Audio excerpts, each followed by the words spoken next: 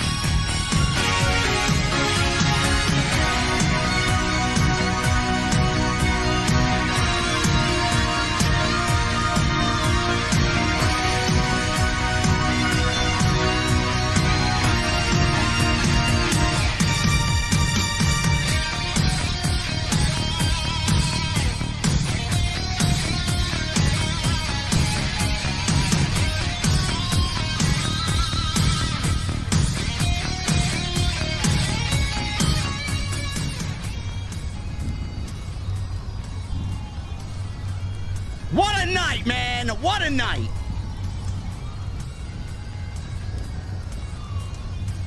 Had a great gym session today. Braves win again. Jesse's got good tacos tonight. And Dynamite. Very good show, man, as Tony Khan continues his strong showing on Wednesday, going into Wembley. We got a lot to talk about tonight, man. RVD back. First time I've seen him in the ring in a very long time. Let me tell you something, man. He is still the whole effing show. We're going to talk about that FTW title, where I think it goes. We're also going to talk about FTR and the Young Bucks. Official for All In. What's also official for Saturday night, which is very interesting. CMFTR are going after the Trios Championships. It's a pretty high stakes matchup there with a lot on the line. Trouble in Paradise, MJF and Adam Cole, man. MJF said some very derogatory things towards Roderick Strong. Adam Cole didn't like that. We'll talk about that as well. And the ladies in the main event again for a second week in a row, man. My God, what a coincidence. I'm sure they love women's wrestling over there, man. Fuck out of here. Ladies and gentlemen, we're going to the beer garden. I got my cold beverage. I got one on reserve. I hope you guys got the same thing. We're feeling good on this Wednesday night. I got one question for you before I get the hell out of here, man. What the fuck are you guys drinking? We'll see you over there.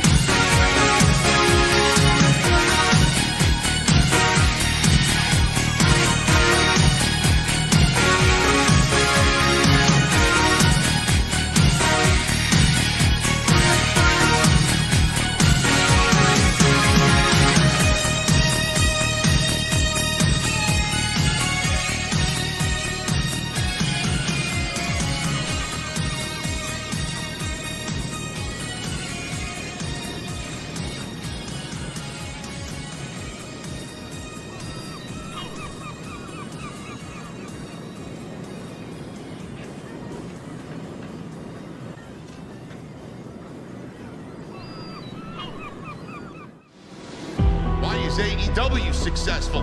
Why is Tony Khan running his promotion better than Vince McMahon and Bruce Pritchard are running Monday night and Friday night? Long-term booking.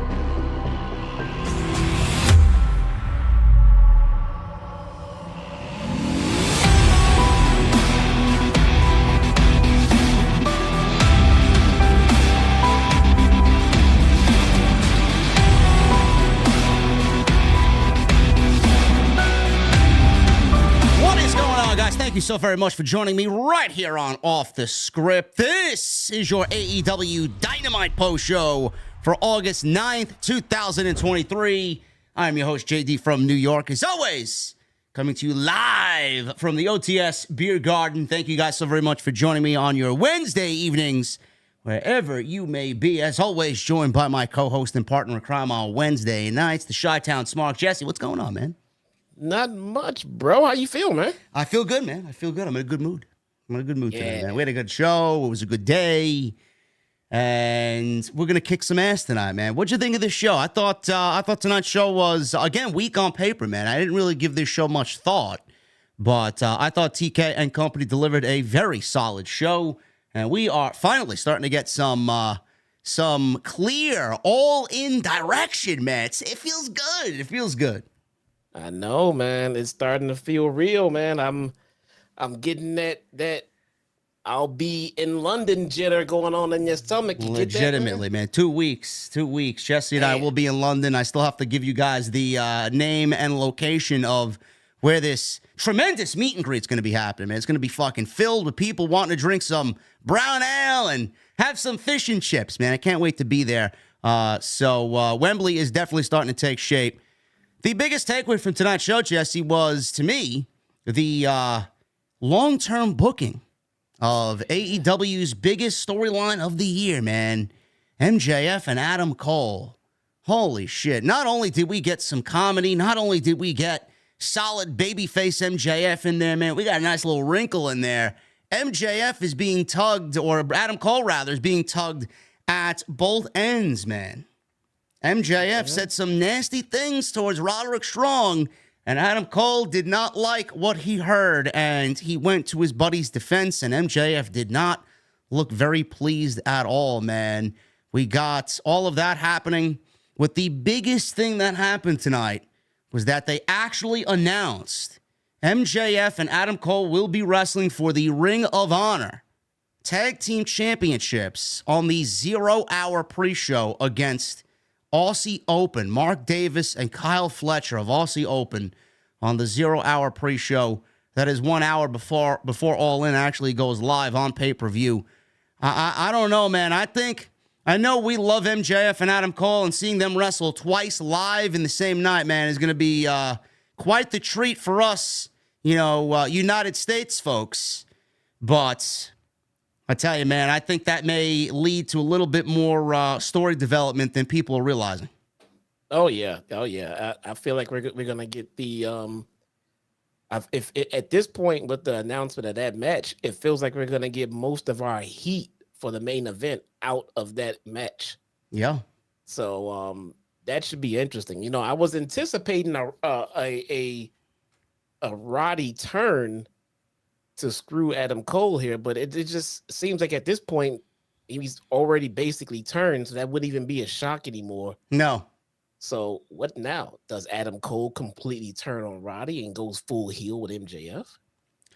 I don't know. I mean, again, I typically sound like a broken record when it comes to these things. I don't know where it could go. I mean, it could go obviously one of two ways. Adam Cole could stay with MJF, or Adam Cole could join Roddy and the Kingdom and basically just pull the wool over MJF's eyes. Adam Cole goes heel, and MJF stays a babyface. I just don't think it'll work. I don't listen. I don't want to say it's not going to work because MJF is fucking phenomenal. Well, I don't think it will work. But and MJF is phenomenal. Everything he does. Do you want to see MJF as a babyface full time? Yeah. That's the better way to attack it. And I think the majority of the audience doesn't want that. Yeah, this is fun though. This is fun what we're getting. Fun.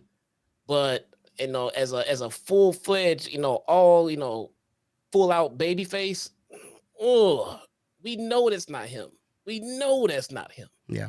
Well, we don't know what's in the contract. I mean, that's another aspect we could really find out something more about as the weeks go on into All In. What's in the contract? Is there even a title match?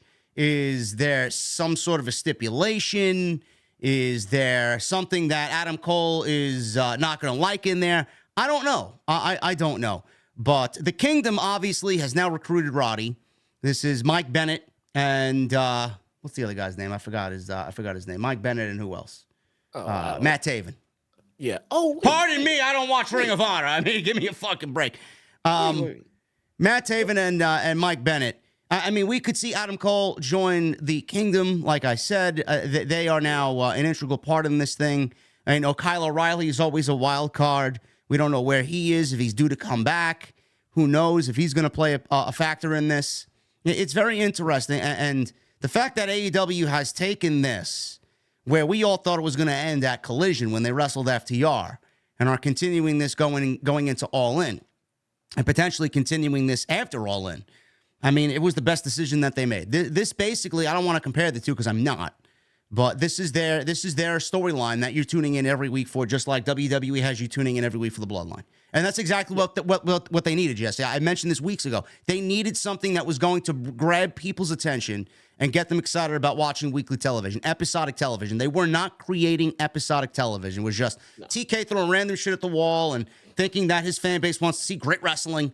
You know, they do, but they also want to see episodic television and shit develop week over week over week. Okay. I'm not sure how I missed this and how it went over my head, like for the last week or so here, but it feels like, this has to be where they're going. MJF is going to have a new stable. He's going to have a new stable. Yeah. Who would that stable be? Roddy White. Roddy Strong. Roddy White. No fucking shit. Roderick Strong and why do I keep wanting to call him Roddy White? Roderick So you think he's leading the kingdom? Yeah. Yep. Because it's the turn that he didn't see coming, because he didn't see MJF joining Roddy and the kingdom. I like it. I think he's gonna have a new stable. I like it. They just broke up J.A.S. basically. They probably have room for another stable right now. I like it. What does Adam Cole combat that with? I mean, Kyle O'Reilly. Hey, Bobby Fish. Again, I don't know. Where's the lie? What happened? You know, it's like, where's the lie? I don't know. They could bring him back. Like I've always said this. I've always said Bobby Fish had value as long as O'Reilly and Adam Cole were there. Yeah. So maybe we get the Undisputed Era back again. I like that. I would like that. You know, I could see that definitely, playing out. MJF would be a prick to do something like that. Yeah. Pull the strings behind the scenes and, manipulate how things are going to go right under Adam Cole's eyes. I like it. It makes sense. This whole face-off that MJF had with them, and Distant Strong and everything else, and that was all a part of the ruse. That was all a part of the sell. And they've been in bed together since. Roddy was definitely more emotional, than I've seen him. And it almost, now that you're mentioning it, looking back at it and thinking back to what we saw with him, he was acting like a jaded ex. Yeah. He was really pouring it on there, man. He was really trying to make it seem like he was upset about the whole thing, and then he went to go cry into Mike Bennett's shoulders. I mean, holy shit! I mean, it could definitely play out like that now that I'm thinking about it. Yeah, that's what it really, really feels like. MJF is going to get a new stable, and it does give him something fresh to wind out this year. Yeah, because how far can he go just single-handedly beating everyone and everything like that? Yeah. So this does add an interesting dynamic to the rest of his reign. So I would like that. That would be awesome. Very good, very, very, very good stuff. I'm loving this storyline. This is absolutely what AEW needed, and I am super excited for that match at All In. The other match that we are getting at All In, which is now official, coming off of Collision, FTR threw down the gauntlet. The Young Bucks picked it up and said, yes, we accept. It is the Young Bucks versus FTR, AEW Tag Team Championships on the line. Young Bucks wrestled the Hardy Boys tonight, which we will get into. It was as good as a Hardy's Young Bucks match in 2023 could be. It wasn't anything special. It's not going to be a match of the year contender, but it was serviceable, and Jeff Hardy looked really good in there, so good on him. But we got this match, Jesse, and a lot of people are talking about everything but this match. And what I mean by that is people are like, well, all right, we got this match, and clearly this is the match that we wanted at All In. But if Tony Khan can do FTR and the Young Bucks, there should be no reason why he can't do Kenny Omega and CM Punk. And a lot of people are correlating one match with the other. If we're getting one, we should definitely be getting the other. And we're not getting that, Jess. A lot of people are disappointed with the choice of opponent that CM Punk has at All In, which right now is looking to be Samoa Joe. Now, I talked about this on Tuesday last night with my guy, Andrew Baydala. He hates it. I don't mind it because I mean, those guys have been feuding for how long? You know, CM Punk wants what CM Punk wants, and, you know, he's going to get what he wants, and he's probably handpicked Samoa Joe as his opponent. If he can't get Omega, and Omega's not going to be the guy, CM Punk, I'm sure, has complete 100% creative control over what he's doing at Wembley. But we're getting that match at All In. How do you feel about that, man? Are you excited about Joe Punk round number 4? And how do you feel about the lack of Omega here if we're getting Bucks and FTR? Well, let's start at the beginning. How is it that people are correlating that just because we get FTR versus the Bucks that we should be getting Kenny versus Punk? Last time I heard, I didn't hear about FTR being in that brawl or in that situation in any way. Well, and people are taking that because FTR are very, very, very, very, very, very, very good friends with CM Punk. Plenty of people are. Plenty of people that the Bucks are working with right now on Dynamite are friends with Punk. That doesn't change anything. Yeah. You know, I mean, their friends are friends. I'm only relaying the information to you. Yeah, they were friends with the Bucks too. FTR poured on the support for Punk because they felt that he was getting a raw deal in that whole situation. So they made sure they stood by their buddy. They never said anything negative about the Bucks. There was never any issue with FTR and the Bucks. Yeah. It was always Punk and the Elite. So with FTR versus the Bucks has to happen. These guys are only in AEW to periodically face the Bucks. I mean, otherwise, what the fuck are we doing with these guys? Yeah. That's why they're here. All right. So I expect that, but I didn't expect Omega versus Punk just because FTR are facing the Bucks. You know what I find funny, man? I find it funny how we're getting this match now after all these months, right? And they just signed new contracts. I usually, you know, scoff at, you know, when someone signs a new contract and we get this mega match happening just right after they sign these mega contracts. I wonder if it was in the contract. Hey, yeah, we'll work with CM Punk. Let us win the tag team titles first from your boys. You know, it's like, you know, you scratch my back, I'll scratch your type of deal. I broached that subject that, say, signing FTR, they got them the titles right away, and I didn't see why it needed to happen, and I got heat for that. I never said I didn't want FTR to have the titles. I would have loved it. I would have loved to have seen the chase. You know, that would have been great. They yanked them off of the Acclaim, and then I mean, why? Not sure. Then they yanked them off of the Ass Boys. We didn't want the Acclaim to lose them, but then they went to the Ass Boys and were like, you know what? These guys can benefit from this. This might be a pretty decent. What do you mean they lost them already? You know, gone. FTR has them. I don't know why FTR had to get those titles so fast. Not so fast, man. They could have had a little program, took them a little bit, had a little chase, got the titles. FTR with the titles is like human nature. They're supposed to have them. There's no big deal that they have them. But it seems like they signed and then just got them. I mean, like, come on, give me a little story. Well, this may be the reason why. Who knows? Maybe, but we could have gotten here. There was no rush. Like, what did we just say a couple of weeks ago? The FTR had these titles and weren't doing anything with them in particular. All right. Well, that has changed, and FTR has had a tremendous title reign. Now, yes. But that time where they weren't doing anything with them could have been the chase. But yeah, now everything is, you know, going a lot better with the tag division. The tag division is starting to bulk up, by the way. Too. Yeah. It really, we got Blackpool Combat Club in there. We got Death Triangle back. We got the Kingdom here, which, I mean, give or take, if you like them, and that's your cup of tea, so be it. You know, we got Aussie Open. We have the Bullet Club. We got House of Black. We got the Acclaimed. I mean, they got some great fucking tag teams. They do. Yes. They're just not, you know, it's not cohesive. Not yet. Not yet. But it does feel like they are about to put a lot more focus on the tag division, which is awesome, which is great because, you know, it needs it. It feels like they lost too much focus when they started focusing on those trios titles. And I feel like there's enough factions and tag teams to do both at the same time. Listen, I'm gonna tell you guys exactly how I feel about this Samoa Joe CM Punk thing. You know, you can't discredit CM Punk. The show, the brand, the company has been so much better with him on it than it was without him there. Okay, whatever Collision is doing and whatever Punk is doing on Collision and the whole Punk universe on Saturday night, it's fucking great. Collision is the best show on television, bar none. It's better than Raw, better than Dynamite, better than NXT, and it's better than Friday Night SmackDown. That's without question, okay? So Punk's influence is definitely a help. I don't mind the match. I don't. And the reason why I say that is because it's probably going to be much better than what we got on Collision. They're going to be given more time. And Samoa Joe really made a good point. I don't want it to end on a fucking victory roll or a roll up. That doesn't deserve it. Blah, blah, blah. Fine. He made a solid point as to why they should do it one more time.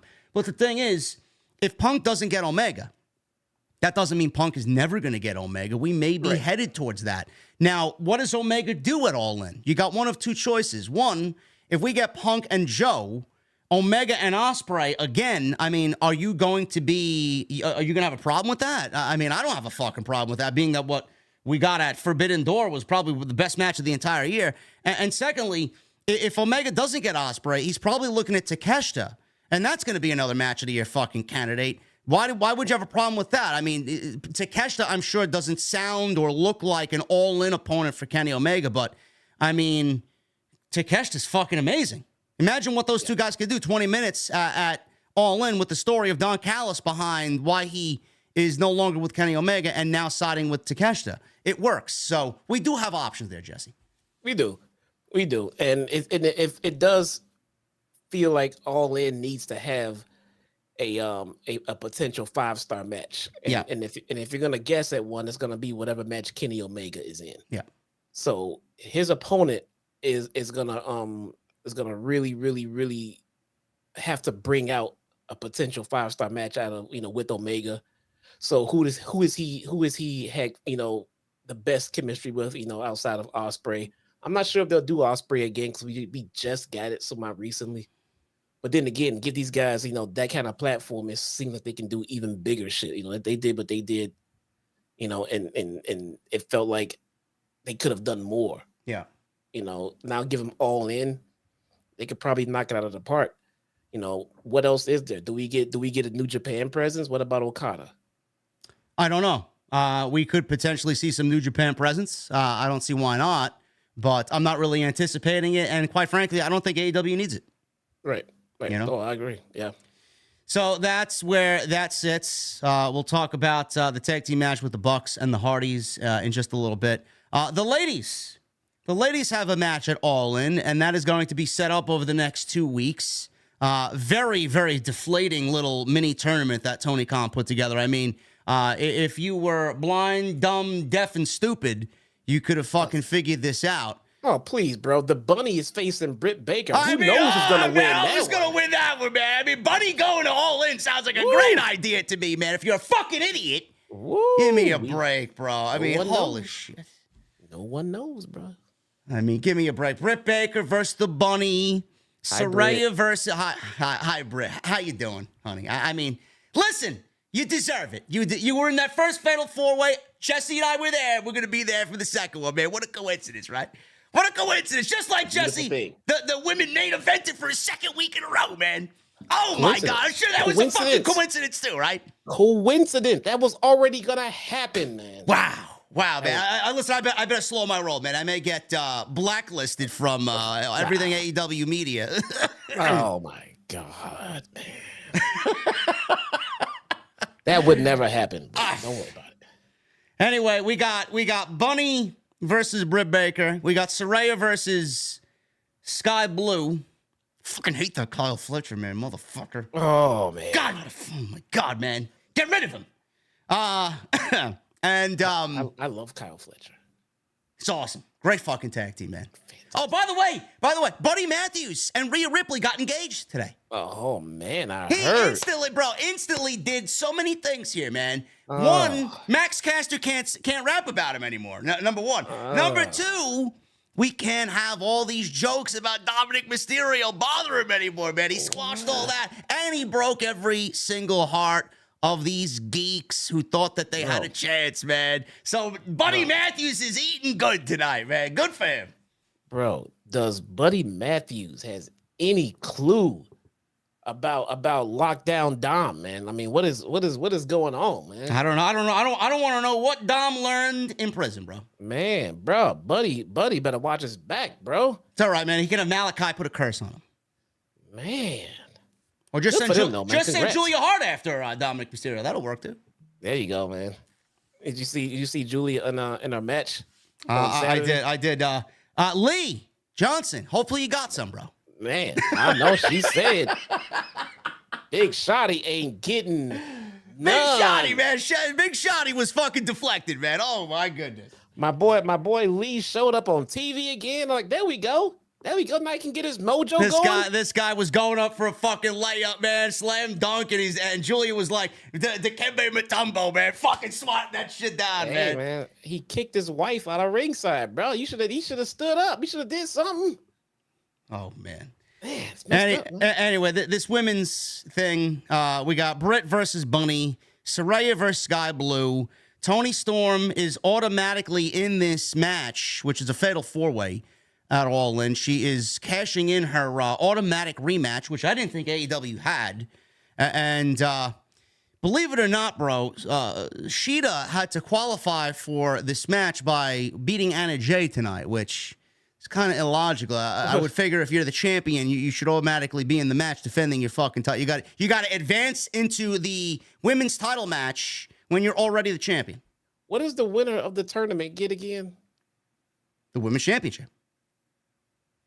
So all these women get into a fatal four-way match. So there's 3 other matches. And the champion could have not been in. Well, Anna Jay could have been the champion, and then Anna Jay would have been in the match. Okay.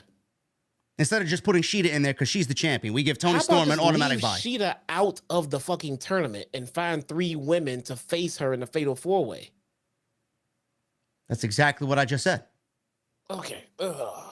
They put Toni Storm in and let Shida wrestle her way in instead of Toni Storm wrestling her way in. Is Toni Storm hurt right now? No. Okay. I thought that may have been a reason. You know? Okay. So we're looking at Shida, we're looking at Toni Storm, we're looking at Britt Baker, and we're looking at Saraya in the Fatal 4-Way Women's Championship match at All In. Solid list of names there, but I don't know. I don't know where we go from there. Does Shida hold on to the belt? Or does Toni Storm get it back? Or does Saraya win it in her hometown? I don't know. Where is Thunder Rosa? I don't know. She's not cleared. Okay. She's not cleared. All right. She's not cleared. Mm-hmm. I don't know. Maybe maybe the rest of the locker room is continuing to shoot on her. I don't know. Well, oh my God, please don't start there, man. You have no idea what kind of week I had with this bullshit. Bro, I didn't get no backlash, man. What are you talking about? Oh my God. Yeah. Bro, I had people reaching into my DMs on Twitter. Oh man, that was a great video. You guys were very fair and balanced. I'm like, all right, thank you. We didn't say anything derogatory on there. Starting to see how you feel. I simply stated that enough people have come forward to wonder, I wonder if everything is on the up and up. I get people coming at me like, how dare you believe this lying bitch? I'm like, okay. What? Okay. Lufisto is a complete lying bitch, apparently. Well, she made solid points. Look, man, whatever. Anyways, I mean, so I'm not like asking where Thunder Rosa is, like out of like, where's she been? The thing is, they put her on TV when they brought in Collision, like she was gonna be a part of the Collision roster, but she hasn't showed up. Like, so I'm like, where is she? I don't know. She was gonna go talk to Poppy Khan, right? Yeah. Well, Poppy Khan is not clearing Thunder Rosa. I guess not, man. That'd be a nice little run-in surprise in that tournament, though. I know, No or more. Is she going after Stat because Stat has been on Collision? I have no idea. I don't know what we're doing. I have no idea what we're doing, but we got this Fatal 4-Way basically all set. And, the ladies got the main event tonight, and we joke that, I'm sure that's a coincidence. I mean, 2 weeks in a row. The first week was blatant enough. Then you want to double down and do it a second week in a row. Anna Jay and Shida in the main event. I mean, give me a break, bro. If that's not damage control, I don't know what is, man. That is not a main event match. No. That is not a main event match. No. Now, that was the only title match, tonight. Well, we had the FTW title. I don't know. I kind of honestly would have put Rob Van Dam in the main event for him. Me too. Yeah, I don't know, man. It's nonetheless, though. Yeah, we got it. I mean, the women were in main event 2 weeks in a row. That is great. We're not asking to put women in main events. We're not saying don't put women in main events. All we're saying is that give them some more interesting storylines. That's it. Yeah. Include more women. Get some interesting storylines that do not involve the championship title, and just make it interesting. One guy on Twitter was very upset at me. He says, "What's your point? When someone hears your criticism and then makes the change, isn't that what you want?" I mean, can you kind of not make it blatant? You know, could you make it feel like you're doing it because you want to do it, and you know you're not just doing it because of backlash that happened literally a week ago? Yeah, I mean, that's just my point of view, man. I don't know. I just look here's a few tips. I want to see the women's champions be booked like dominant fucking killers. You know, I want to see Statlander be dominant. I want to see Shida be dominant. I mean, dominant over. I mean, picture the way Rhea Ripley is being booked. Rhea Ripley is out there making men look bad in some instances, man. It's because she's being booked dominantly. Give them great storylines and make them strong. I know you can do it because you do it with a lot of the guys. MJF is booked very strong. So book your women's champions just as strong as you would book a MJF.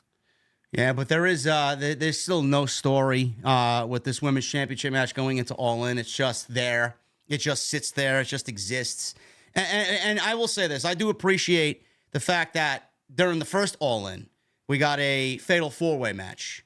And in this current All In setup for 2023, we're kind of going back and paying homage to what we first saw in Chicago at the first All In. I do like that. I do like that throwback. So good on Tony Khan for doing that.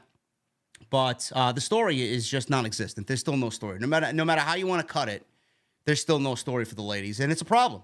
It's a problem. We're starting to see a little bit of story on Collision with Mercedes Martinez and Willow and whoever else is in there. Chris Statlander's there, but they're trying, and I don't know if that's going to be a soft split for the women's division. You're going to get those women on that show and then everybody else on Dynamite, but you know, there needs to be some story, and right now there really doesn't feel like there is. So that's just my point of view there. But, you know, we got that match squared away, and all four of those ladies are going to be in the Fatal 4-Way at All In. We're going to go over the rest of this show. What happened over there? Let me ask you this real quick. Yeah.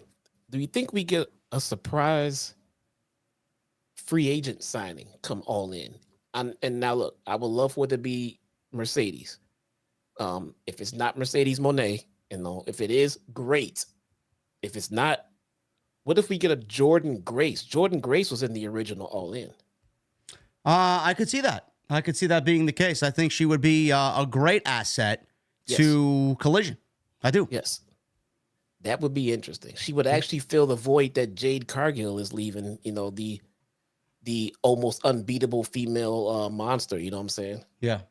So that would be interesting. Yeah, I could definitely see that. She's a free agent. I know she still wants to wrestle. She's not retiring, so I didn't know if she was gonna go to straight bodybuilding full time though. Is that what she's doing? I don't know. I didn't know if she was gonna go back to bodybuilding full time or what. I don't know. But if she wants to wrestle, I think AEW would be a perfect home for her. I do not see her fitting over in WWE. No. So I think AEW would be it for her. But yeah, I could see that happening. Mercedes, I'd love to see. I mean, we're just waiting for it to happen, but. You know, the more that we get on with the year and what she's doing, I feel like less that she'll show up in AEW and then she'll be ending up back with WWE. Yeah. You know? But we got a lot to talk about, guys. We're going to talk about RVD. We're going to talk about Swerve and his match at All In. Somewhere Keith Lee is crying in a corner because he's not involved. Darby Sting returned as Joker Sting tonight with the Joker face paint.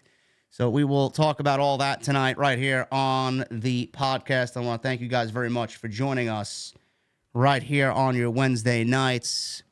Follow me on social media at JDfromNY206, Twitter, Instagram, TikTok, Cameo. Make sure you guys hit that subscribe button down below. Turn on the bell for notifications. Make sure you guys go follow Jesse as well on Twitter or X, whatever you guys are calling it.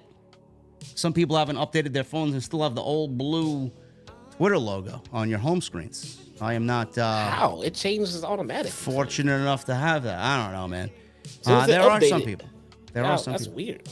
At Chi-Town Smart, you guys can follow Jesse there. You can go follow him on his YouTube channel as well.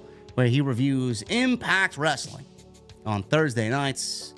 Don't forget, this is week 2 of the Chicago tapings. I am all up in the front row. There you go. Marking out. Join me. You can see Jesse on Thursday nights, man, if you got Access TV. Make sure you guys go check out all the other videos that you might have missed on the channel.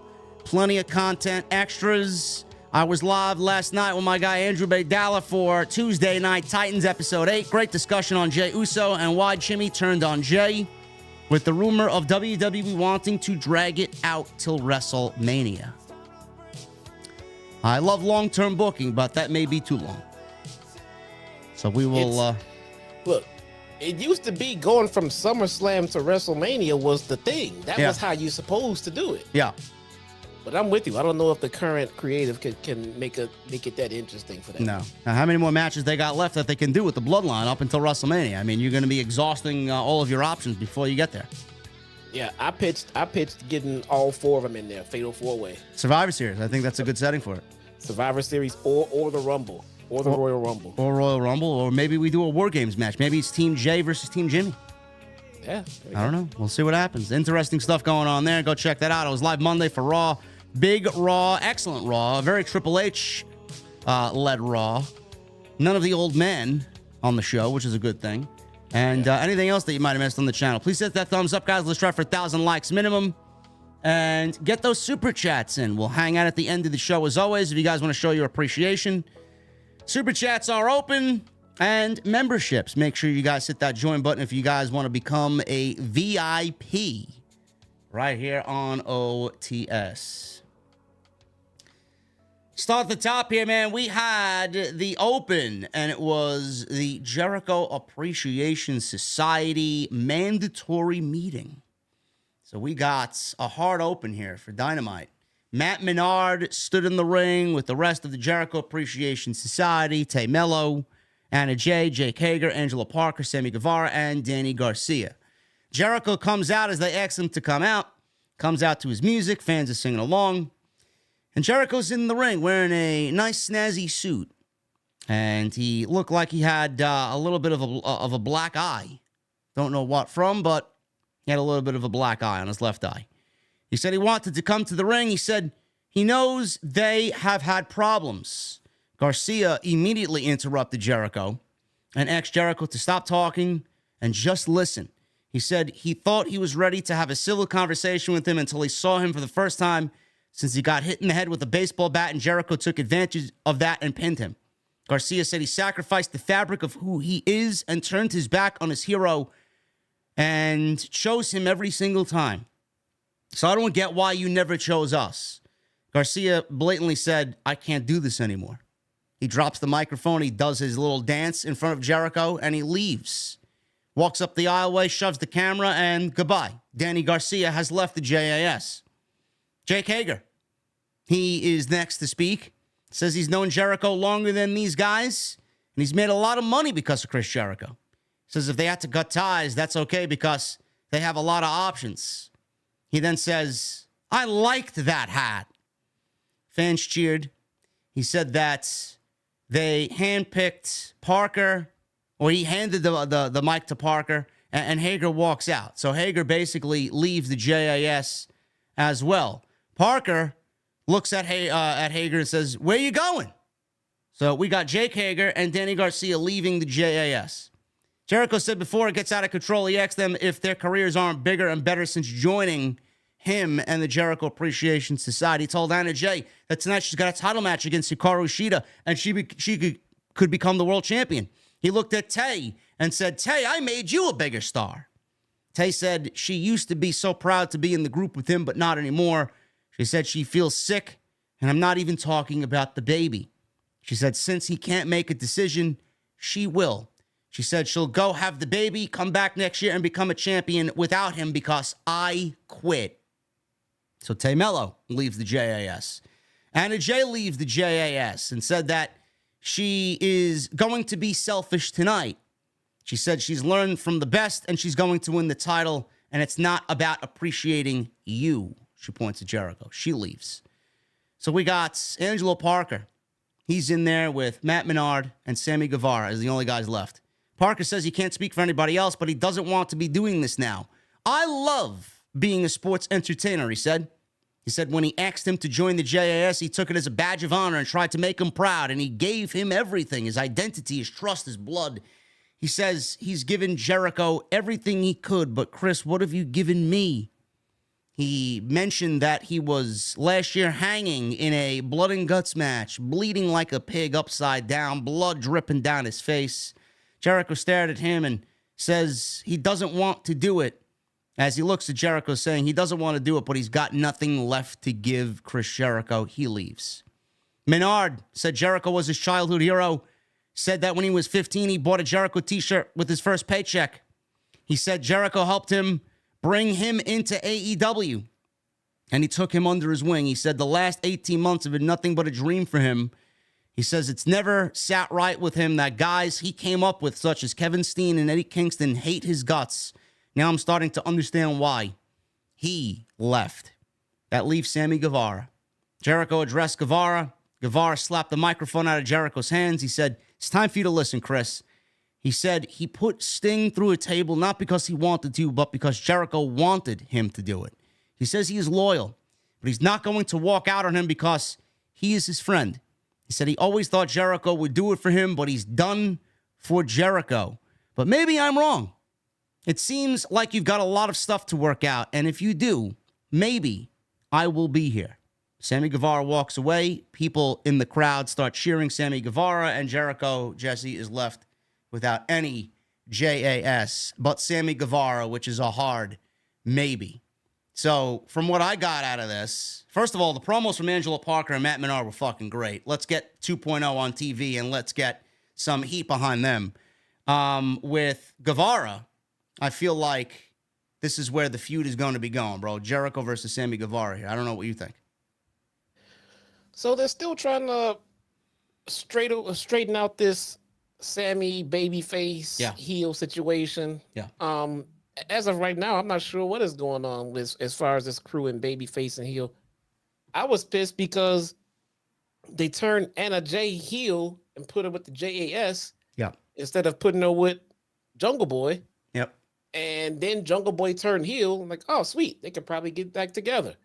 And I don't know where this is going, but it's almost looking like Anna Jay could be turning into a babyface, which would, again, what are we doing here? Put these two together, and that's one problem solved. But I'm interested. I'm kind of wondering why it takes 2 weeks to do this. I mean, they did this at the very beginning of the show. They could have had Jericho give us his answer at the end of the show. That would have been more interesting than this main event that we got. Yeah. But okay, they're gonna carry it out for another week. That's cool. We can wait till next week to see. I don't know where they're going with it. I guess that's what makes it interesting for me. It's not very predictable. Could it be a whole big ruse? I mean, if they stay together, the J.A.S., I think they're instantly baby faces. Oh, no? What do you think? I would say so. You know, Renee approached Jericho after the segment was over and said that they just witnessed the disintegration of the Jericho Appreciation Society. Don Callis walked up and apologized that if this happened because of him, you know, I apologize to you, Chris. Jericho said he's made up his mind and he's going to announce it next week. Callis patted him on the shoulder, said that he'd take care of everything, and just left. Now, the way Jericho said that, Jesse, I don't think that he's joining Don Callis next week. Nah, probably the way that he said it, he's like, you know, it was almost like, you know, he almost, the way he came off, blamed Don Callis. Like, this is all your fault. Yeah, you know, I'll make my decision. I made my decision, Don. You know, we'll discuss it next week. It was almost like he's blaming Don Callis without actually saying he's blaming Don Callis, which would then keep Chris Jericho babyface because Don Callis is so hated. So then what do we do at All In? Like, the rumor was Jericho versus Ospreay. Is that where we're going with this? Because if Jericho is going to be a babyface and doesn't join Don Callis, what is he doing in Wembley? Maybe we get Jericho and Sammy versus Ospreay and Takeshita. Like, I don't know. I have no idea where this is going. So either Jericho is going to join Callis's family, or he's going to be feuding against them at All In. Yeah, it'll be one way or the other. So. Who would Don put up? I mean, obviously Takeshita, and who would be his partner for Sammy and Jericho? I don't know. Or it could be Jericho and Omega teaming up against Ospreay and Takeshita. You know, because Omega said next week that he's going to sit down with JR, or this week, rather. He's going to sit down next week with JR, and he's going to announce what he's doing at All In. You know, it's a coincidence. It's not a coincidence that Jericho said, you know, I'll announce what I'm doing next week with the Callis family, and Omega is going to announce what he's doing at All In next week. Maybe they join forces for the greater good here. I don't know. I don't know. Interesting. Yeah. Or maybe he retires. I don't know. Someone in the chat said maybe Jericho's hanging him up. No, he's not hanging him up. No. But Speaking of hanging him up, what's Hangman doing? I have no clue. See, this is the problem with waiting this long for a build, because this show that we got coming up should be a culmination of big feuds. And as it stands now, we're trying to start some feuds to get a match for the pay-per-view. Yeah. Now, that's a little bit of an issue, man. You're going to get what you get, and then at least 30 to 35% of the card is just going to be thrown together matches. Yeah. Don't like it. Shouldn't be that way. No. This is a big historic show. We should be seeing at least a couple big historic blow-offs, you know. You know, you did mention pairing Anna Jay with Jack Perry. Like, I don't want to see Anna Jay as a babyface. Her coming out with 2.0, I mean, that is kind of lame. It really is. Like, if you really want, like, and she said that Dean Malenko has had a hand in getting her, you know, going, and he's taught her a lot. I read in an article or an interview in regards to Anna Jay before tonight's match with Shida. So it's awesome. If that's the case, you know, why don't we, you know, she needs help with her character. Pairing her with Jack Perry and getting her in that element with that vibe, I mean, that may take her character work to the next level where all she needs to do is work on what she needs to do in the ring. They can literally feed off of each other. They could be the top heel act in the company if they wanted to. Like, I think that would work great for both of them to work on air together. And everybody knows that they're together. Yeah. So I think that's best for both of them, to be honest. That would be something very interesting. Someone in the chat says, why do another tag team match? Listen, I don't know where we're going. I don't know. You know, it's, you know, AEW loves their tag team matches. I'd love Omega Punk, believe me, just like everybody else. But Omega Takeshita, I take. Omega Ospreay, I take. I just feel like Ospreay is going to be at All In. I don't see why he would not be involved in All In. You know, it's stupid. It really is. Yes. You know, maybe we get Jericho, and maybe Jericho joins the Callis family and he teams with Takeshita, and we get Sammy, you know, saying, all right, you made your choice, now I got to make mine. Maybe he teams with Omega. Maybe we get Omega and Guevara versus Jericho and Takeshita. I don't know. I don't know. I'm spitballing here. That makes no sense. If that happens, it'll probably be Danny Garcia. Yeah. With Sammy. I mean, that would make more sense. I get what would be the better match, but if we're trying to, like, you know, wrap up a storyline, it should be Danny. And I don't know how likely he's going to succeed with. Maybe he stays on Ring of Honor for now. I don't know. Danny Garcia with that dancing gimmick doesn't really scream main event. You know, I was talking to somebody. You know, yeah, I was talking to somebody, and tonight they told me, don't you think he's kind of regretting not joining the Blackpool Combat Club? You know, his choice, or did they just not choose him? I don't know. You know, how's Brian doing? Are we gonna get a Brian appearance? I don't know, man. He had surgery. I don't think he's gonna make it there. Fuck. Anyway, moving on. We got the Young Bucks, Matt and Nick Jackson with Brandon Cutler out there with his cold spray against the Hardys. Matt, Jeff. We got brothers Zay and Ethan Page. Where is Mark Quinn? Does anybody know where Mark Quinn is? What the fuck is bothering him? Still injured, man. I don't know. Still injured. Yeah, but he's hurt, man. Same way Top Flight is still half gone, man. Yeah. Well, this match was fine for what it was. It wasn't offensive. It wasn't bad by any stretch. It was exciting. Crowd was into it. This is the best that you're going to get from the Bucks and the Hardys in 2023. I don't know what you guys were expecting here, but this was exactly. This was as solid as it could be with where both teams are right now with their current situation. So, you know, we got the action going back and forth here.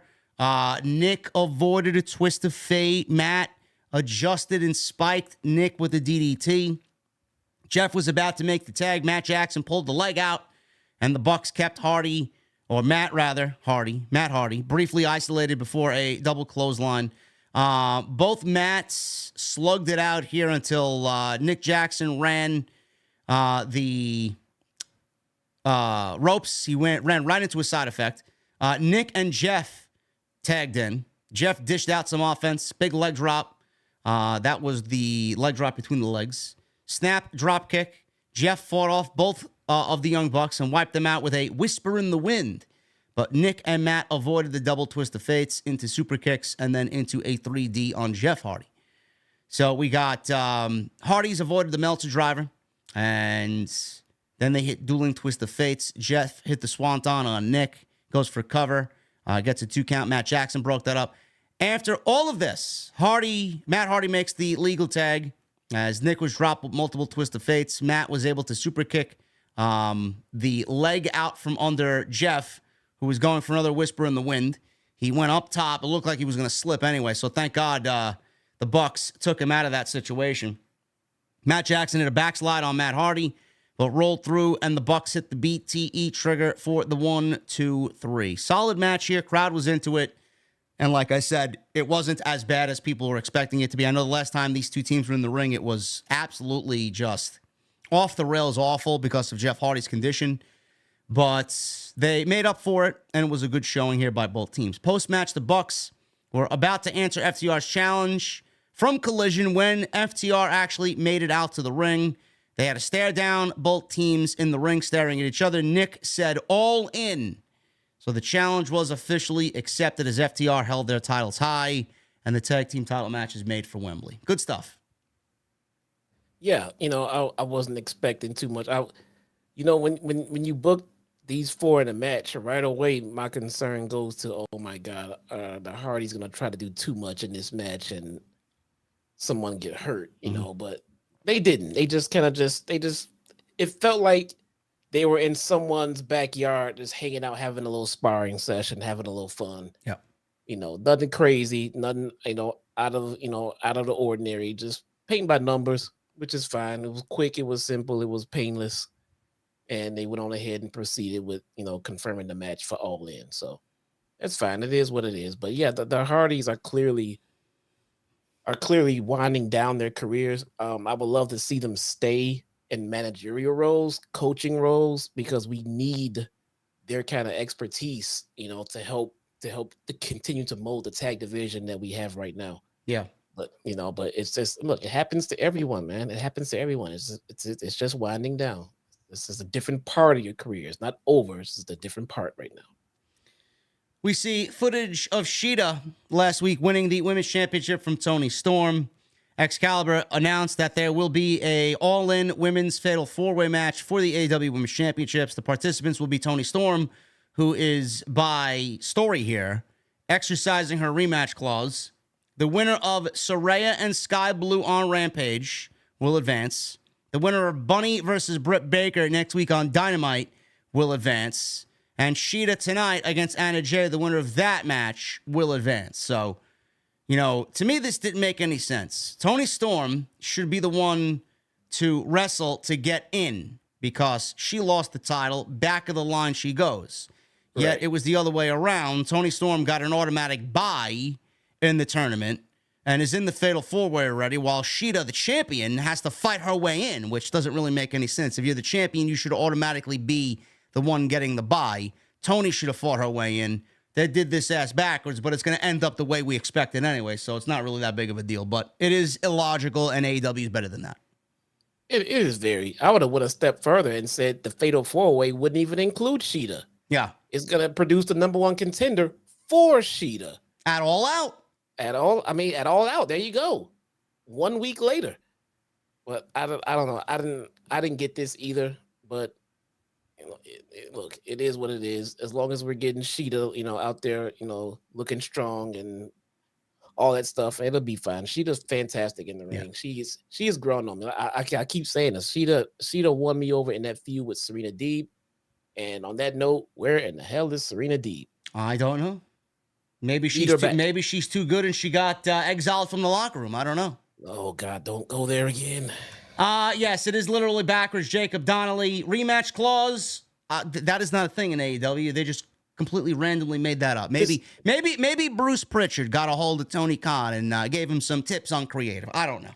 This is my problem with the throwing out the term rematch clause.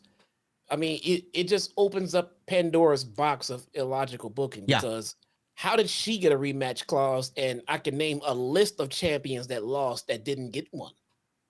I don't know. How did she secure one? Don't know. No idea. But here we are. Yep. Adam Cole, Bebe, and MJF, they were hanging out. They were at a what are they? What are those places called, Jesse? Those indoor buildings, jump zone, jump pads and dodgeball and a kids indoor little park there with jump pads and dodgeball and ice hockey and skate roller skates, whatever the fuck you kids do nowadays. I don't know. MJF was not pleased by this.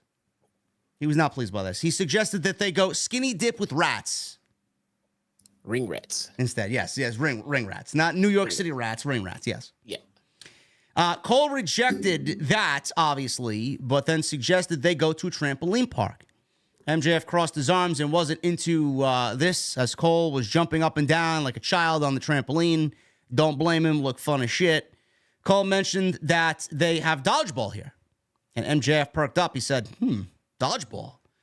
I knew this wasn't going to end well. We may have some fun with this after all. MJF, he says that they could have gone to a bar with a bunch of hot chicks, but instead they're playing with kids at a trampoline park. MJF then takes the dodgeball and starts throwing the dodgeball at the kids. He yelled at one kid. This was fantastic television. This is why I watch Wednesday. He yelled at one kid and said, "Hey, you, I slept with your mother." Oh, my God, dude. He told another that he is their father. They showed kids laid out on the ground making these silly faces because MJF was pelting them with dodgeballs. Cole finally sees what MJF is doing and told MJF to stop it. A girl walked up to them. A little girl walked up to Adam Cole and MJF and said, "What are two grown men doing at a trampoline park? You two are nerds." Cole bent over and started talking to this little girl and told her that, "Hi, little girl, you shouldn't be talking like that."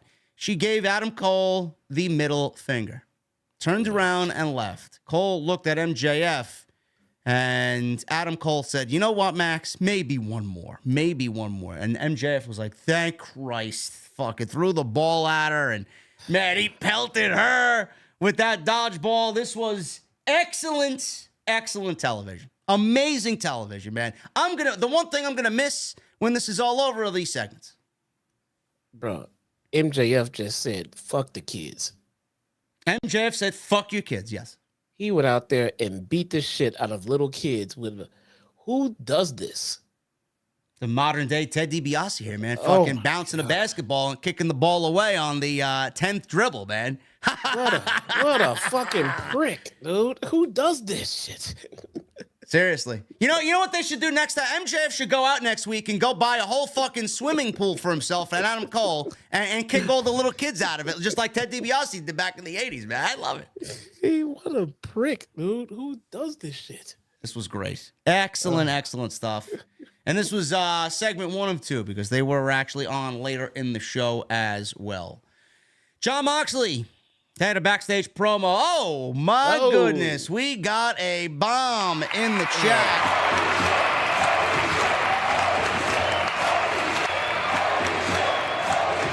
Unbelievable. Johnny with a $100 super chat getting the party started tonight. He says, "JD, you the best." Oh, my God, Johnny. Thank you so much. Johnny, you're the fucking best. You're the best. No, you're not. Thank you, Johnny. You're not. Love you, man. I didn't get mentioned in it. I'm sorry, what? Whatever, man. Continue with the stupid show. Jon Moxley and Claudio Castagnoli with Wheeler Yuta backstage. Jon Moxley told Claudio and Wheeler that the best friends don't belong in the ring with them, much less a parking lot. He says they specialize in picking the bones of their kills and leaving no doubt. Claudio told Pac He calls him, what is he? Does he say Pac or Pac? Yeah, I think he calls him Pac. He said Pac. He said Yeah, Pac. it's Pac. I think we have a few right there just based off the fact that Claudio can't pronounce his name correctly. Feud over the pronunciation of the name. Pac. He can't walk back after 6 months and stabbed him in the back, so he made him pay. Yuta said it must sting that Pac is going to miss Wembley. Mox said the BCC doesn't fear the death triangle because they don't fear death. Death fears them. Ooh. Bro. That's a good line, bro. Johnny is a Taco Crew member. Johnny is a Taco Crew member, man. All he did was donate to OTS here tonight, man. What does that mean? You could have put my name in that, and I could have. Listen. Why are we complaining about a Taco Crew member, man? He's a Taco Crew member. Taco Crew member, man. Yeah, okay. Oh, whatever. Johnny TV. Yeah, really. I know, right? Are we getting the BCC versus some form or fashion of the best friends at Wembley? Oh, What are we doing? Oh, yeah. Probably some kind of no holds, falls count. Moxley's going to let us have all of the blood. Moxley's going to bring a blood bank to London, bro. I don't know, man. I don't know. You know who was missing from the best friends tonight, man? There was no Orange Cassidy tonight. What? I mean, who opened the show with a title match, though? We didn't get one. We got no Orange Cassidy on Dynamite or Rampage, bro. My God, why? A week off? He's got a week off. What are we doing here? Wow, man. I thought we were supposed to get Orange every week to open the show with a title defense. I don't know. So that's probably going to happen at Wembley, but we'll see what happens there. We had Jack Perry. He goes one-on-one with Mr. Wednesday Night. The whole fucking show, Rob Van Dam. Damn. I tell you, man, we made a case that this didn't belong on the All-In card, and I still believe that. Well, I said that maybe All Out, right? You and I said maybe All Out. We were pleased to hear that this match was taking place tonight on Dynamite. And I'm glad that it did, because for the time that it went and the time that they were given, this was a fun match. They worked very well together. RVD looked great. He moved great. He was smooth as shit in the ring at his age. Didn't miss a beat. A lot of people, bro, tell me, that RVD or anybody like RVD's age, that they still got it. Man never lost it, bro. Never lost it. He showed that tonight against Jack Perry. I thought this was a great match. What'd you think of RVD's performance? He did good, man. Look, for the amount of time that he's been away, for his age, and for the skill level of the guy he was in the ring with tonight. Yep. I think RVD looked damn good, man. He did. RVD got all his signature spots in. Same spots that you remember. You and I all loved RVD. Same spots. The spinning leg drop to the outside over the barricade, the 5-star frog splash, rolling thunder, the spot in the corner with the chair.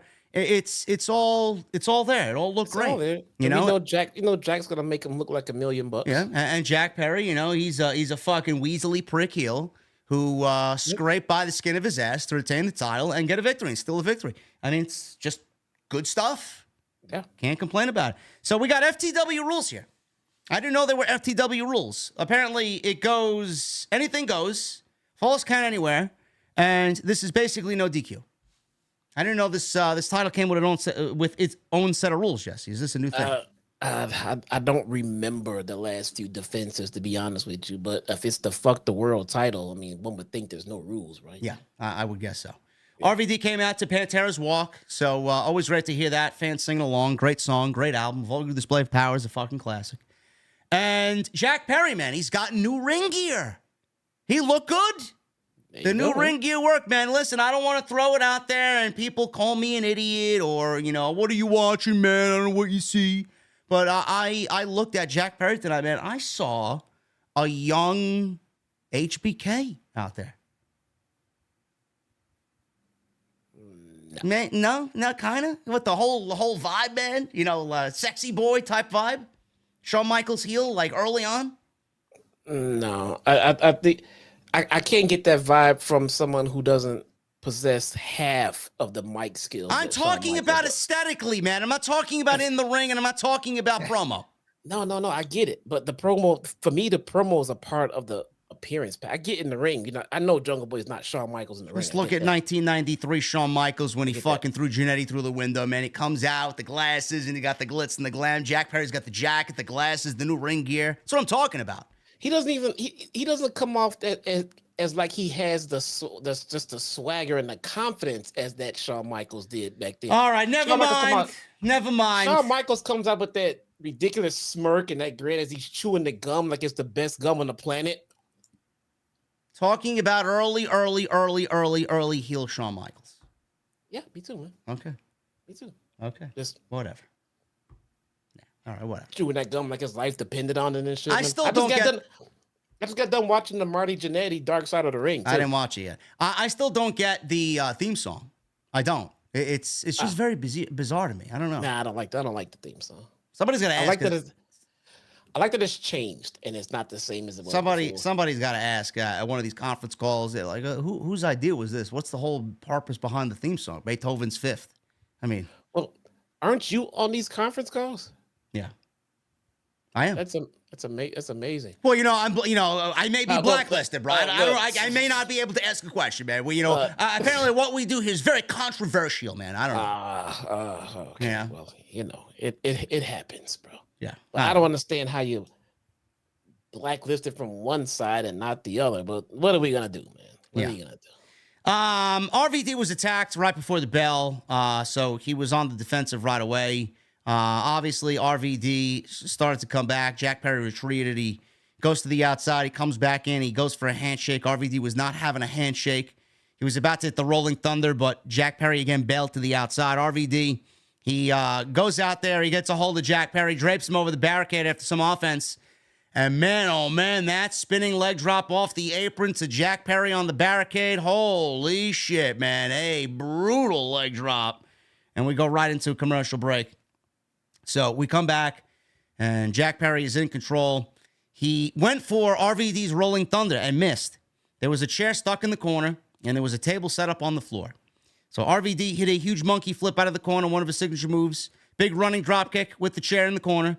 With a chair on Jack Perry, RVD went for a Rolling Thunder, but Perry avoided the split-legged moonsault when he went up top. So Perry ducked the Van Daminator or the Van Terminator. And Jack Perry chucked the chair right at the referee. He meant to hit RVD with the chair, but he hit Bryce Remsburg in the head, and Bryce was out. Fucking killed him. So Perry cut off RVD in the corner, and they were up the top on the top rope. And all of a sudden, he shoves Jack Perry off the top rope through the table that's set up on the outside. He goes crashing through the table, does Jack Perry on the outside. He quickly goes to the outside, rolls Jack Perry back in the ring, goes up top, hits the 5-star frog splash. And he got the obvious pin, but there was no referee. Aubrey Edwards came down to hit the ring. She counted 1, 2, and Jack Perry kicks out. RVD ended up arguing with Aubrey, saying that was a 3.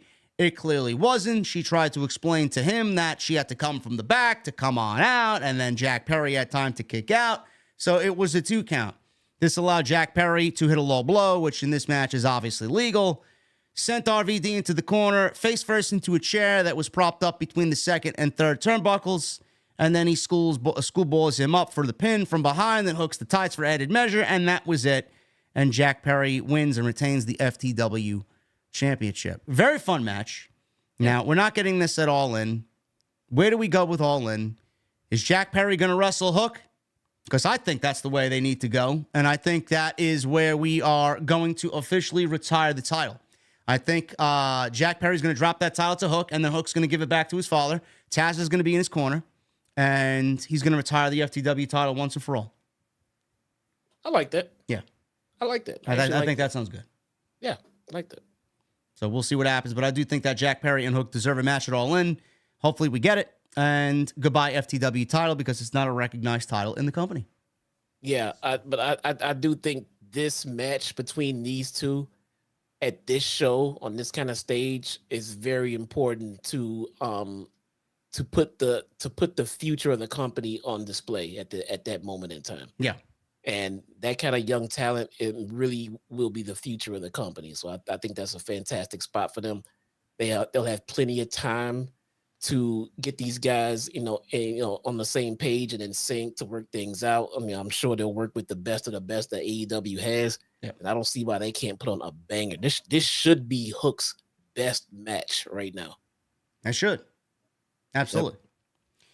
Renee interviewed Alex Abrahantes and the Lucha Brothers. Alex said the Lucha Brothers fight in the spirit of competition, while BCC fight to maim their opponents. Ray Phoenix and Pentagon spoke a few words. Penta spoke mostly in Spanish. He didn't really understand them. Both of them are basically targeting the Blackpool Combat Club, and that was basically the gist of their promo. MJF and Adam Cole come out. And we are here with both of these guys in the majestic Midwest. MJF says, the majestic Midwest, the devil has arrived. So apparently there's footage going around that everyone in the Midwest is mid. He says everybody in the Midwest is mid. Don't believe it. That footage was heavily edited and very fake, he says. Very true. Very true. I don't know. Doctored footage. It's doctored footage. Okay. Yes. It's fake. It's AI. AI created. Trust, man. But he lied to us. MJF said, may God strike me down where I stand if what I'm saying is not the truth when I say my favorite place in the United States of America is the Midwest. So Everybody then was like, he winced and he was covering his head waiting for lightning to strike him down. Fans cheered when obviously they saw MJF still alive. So like, yeah. Cole asked who was ready for story time with Adam Cole, baby. He says they'll be wrestling for his AEW Championship at All In, and he said he will beat MJF for that title. MJF's like, whoa. Okay, you want a promo battle. MJF said, Adam Cole, you are so skinny and ghostly pale white. If this was the 1980s, Hulk Hogan would have snorted you.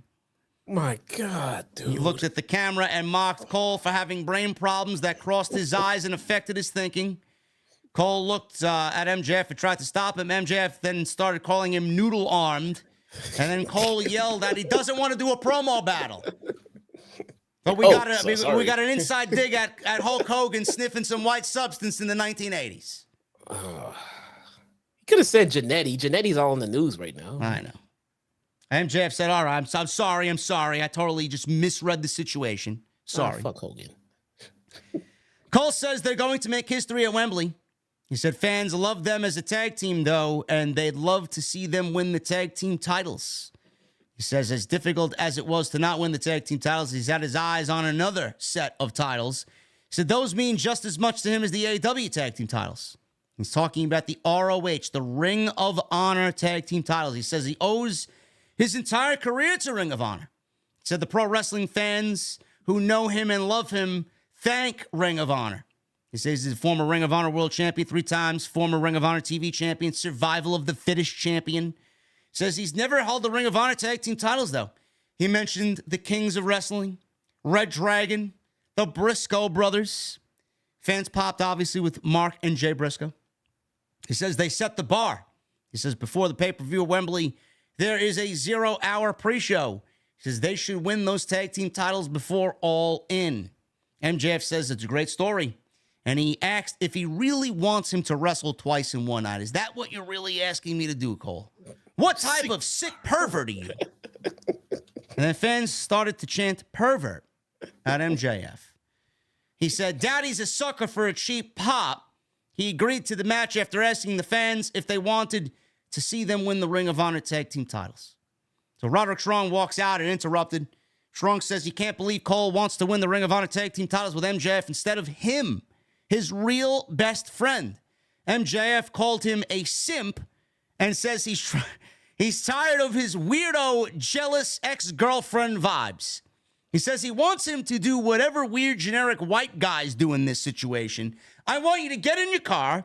I want you to go home. I want you to run up the stairs, slam the door to your bedroom, jump in your bed and cry into your Hello Kitty pillow, put on your headphones and listen to some Taylor Swift and shake it off, you bland bitch.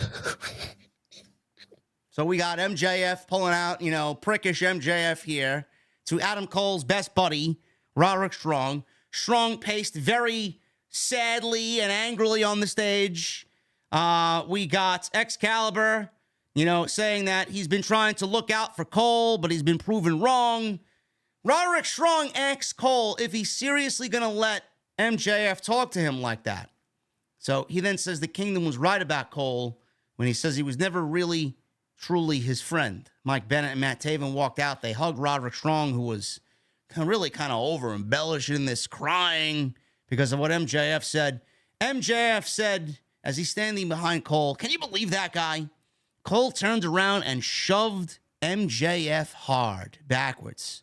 He told MJF that he's his friend, but he's also Roddy's friend too. Do you understand me? He poked MJF in the chest. MJF got very angry. Cole paused and apologized. Fans started chanting, hug it out, hug it out. MJF said, you know what? All right, it's okay. He hugged Adam Cole. MJF said, it's fine. Go check on your boy. Cole walked to the back. MJF said, it's cool, it's cool. The crowd applauded him. He held up his belt, and the segment went off the air. So I thought this was great. I mean, it adds a huge wrinkle to the entire thing. But like I posed to you, Jesse, with the 0 hour card now being something that's going to factor into what happens on that night at Wembley, does that have any significance? What happens in that tag team title match, the Ring of Honor tag team title match with Aussie Open, does that have any significance on the match later in the night? Or is this just a way for Tony Khan to build intrigue for the show by using his hottest act on the 0 hour pre-show? And like you mentioned to me via text, he certainly wants to fill that fucking stadium before the show even, or the doors even open. So I could see him doing it for that reason and that reason alone to increase viewership for the pay-per-view on pay-per-view buys. But I mean, also it could mean that something else happens, and this could be one huge big ploy by, Adam Cole or MJF for the match later on. Yeah, I think it's a little bit of both. So with a show of this magnitude, and then the buy-in being free nationwide on multiple platforms, you don't want to have a half-empty stadium there. So when you put these acts on in the buy-in, everybody around the arena is more likely to get to their seats to see the match, which is what they want to portray as they're going live from Wembley, trying to get those last-minute buys. Yeah. So I think this is a little bit of both, and it also help build the intrigue for that main event, which will be these same guys. So something major has to happen on this buy-in to make people say, oh, shit, I got to get this pay-per-view now to find out what happens at the end. I mean, do they win the Ring of Honor tag team titles? I mean, I can't see them losing before they have a main event match later in the night. Unless a big turn happens, and there's a reason why they lost. Yeah. So many different moving parts here. That's why I like it. Adam Cole, maybe he's setting up MJF. Maybe he wants to weaken MJF before the match, and maybe he turns. Maybe, like you said, MJF, he's the one who is manipulating behind the scenes the Kingdom and Roddy to make Cole look weak. So not only did he give him the match, now he's going to manipulate his best friend, get a new group behind him, give himself the best chance to win here. Meanwhile, Cole is now not only physically beat up, but now he's emotionally distressed, Jesse. Maybe this is all just one big ploy, like you said, from MJF to really just weaken Cole the best that he can. It's probably going to be a big beatdown injury where is Cole going to be able to go? Doctors are telling him no, but he's going to give it a try, and he's going to go out there and with the injury and then not be able to pull it off because of the pre-show attack. Yeah. I like it. This is good stuff. This is good stuff. Easily the best segment of the night outside what they did at the trampoline park. And the wrinkle of all of this, what if now with Roddy and the Kingdom and, Adam Cole poking MJF and shoving him. I don't know, man. We got a lot going on here. I mean, this is the reason to watch Dynamite. If you're not watching Dynamite, you're missing out on some great, great stuff here. Jon Moxley and Claudio Castagnoli defeated the Lucha Brothers here, Penta and Rey Fenix. So commentary was really kind of egging on how Claudio has been responsible for Pac's injury. So clearly they're setting up for that when he does return. I hate that Pac has to miss Wembley. I do. He just came back, and we were fucking over the moon that he's back. And it's like, all right, card's going to be much better with Pac being there, and he got hurt again. He's gone again. What is wrong with him now? What is the injury? I don't know, man. It's crazy. I didn't hear about this one.